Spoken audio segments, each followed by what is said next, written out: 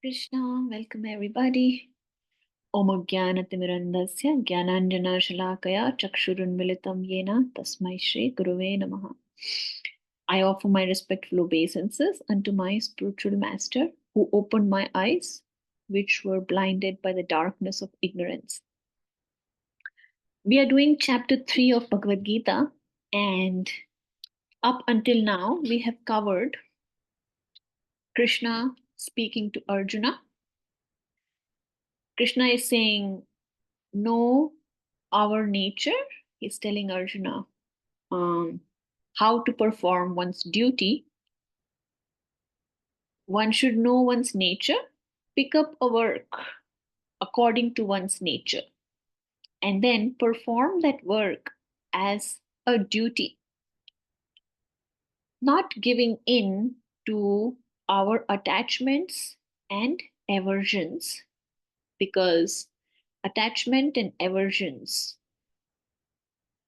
delude us from duty, and it doesn't help us move forward in the path of self realization. Now, Arjuna is asking a question in text number 36 of chapter 3. Arjuna asks,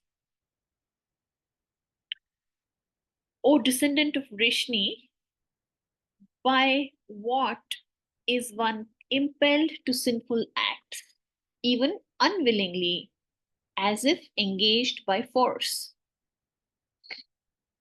So, Krishna is saying one should not give in to attachments, neither aversions, perform your duty. Yet, we all know it is difficult. We want to do something, we say, oh, starting this day, I'm going to wake up early.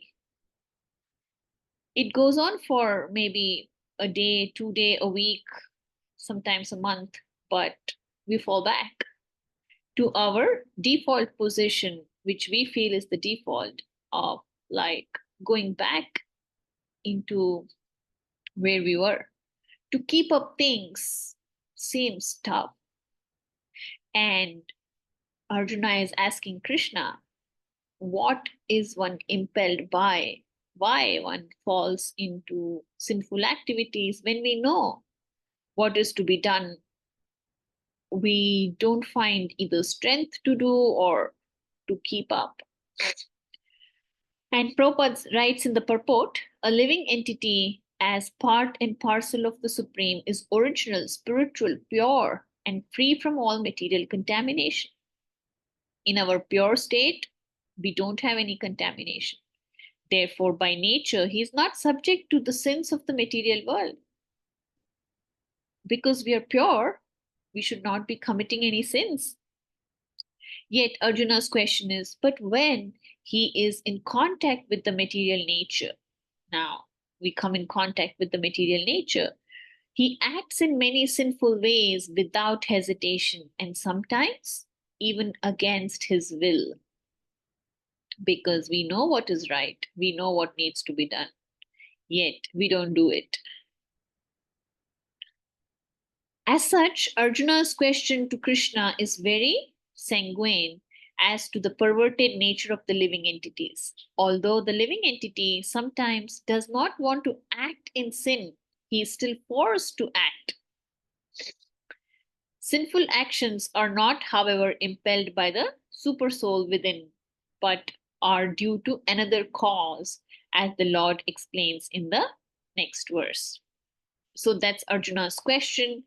And starting from here, this is the last section of chapter 3, where Krishna starts to explain what is that which by which one is impelled to do sin.